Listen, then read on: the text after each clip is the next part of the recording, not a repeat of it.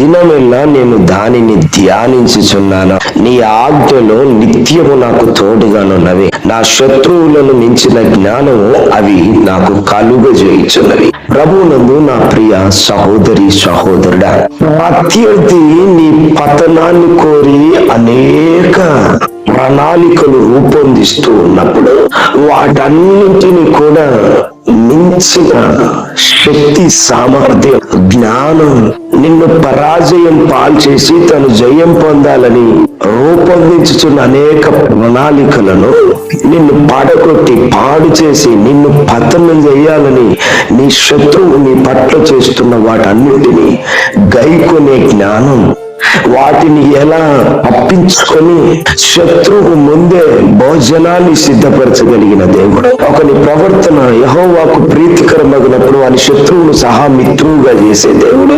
పగ తీర్చుట నా పని, అది నీ పని కాదని తెలియపరిచిన దేవుడు. ఆ ఆజ్ఞలు కలిగి ముందుకు సాగుతూ ఉన్నప్పుడు జ్ఞానం కలిగి జీవిస్తాం. ఆ జ్ఞానం ఏ జ్ఞానము తెలుసా బిడ్డ? నిన్ను పతనం చేయాలని చూస్తున్న వానికన్నా మించిన జ్ఞానం.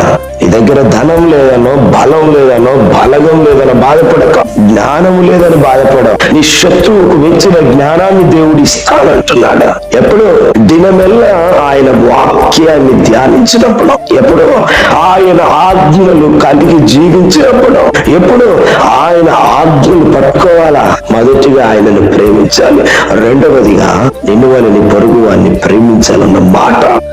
ఆజ్ఞలు నిరంతరం మనతో ఉండాలి, నీతో ఉండాలి, నాతో ఉండాలి.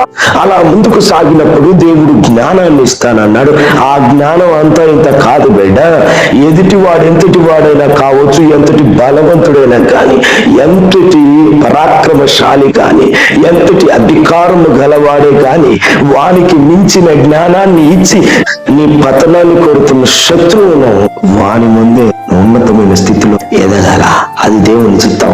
అన్యాయంగా నీ పతనాన్ని కోరుతున్న వాడు ఎవడైతే ఉన్నాడో బిడ్డ, వాని ముందు నీ తలనెత్తాలని దేవుడు ఆశపడుతున్నాడు. ఆయన వాక్యాన్ని దినమెల్లా ధ్యానించాల. దినమెల్లా ధ్యానిస్తూ ఆయన ఆజ్ఞల ప్రకారం జీవించినప్పుడు మనము ఆయన చెప్పినట్లుగా శత్రువుకు మించిన జ్ఞానాన్ని దేవుడిస్తాడు.